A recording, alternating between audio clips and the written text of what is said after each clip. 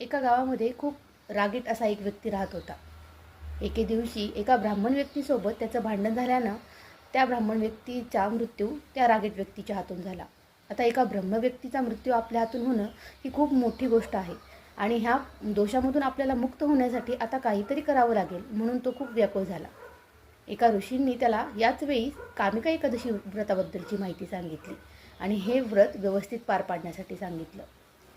जेव्हा त्या रागीट व्यक्तीनं हे व्रत व्यवस्थित पार पाडलं त्यावेळेस त्या व्यक्तीच्या स्वप्नामध्ये साक्षात भगवंत येऊन त्यांना ह्या दोषामधून मुक्त झाला आहेस असा वर दिला.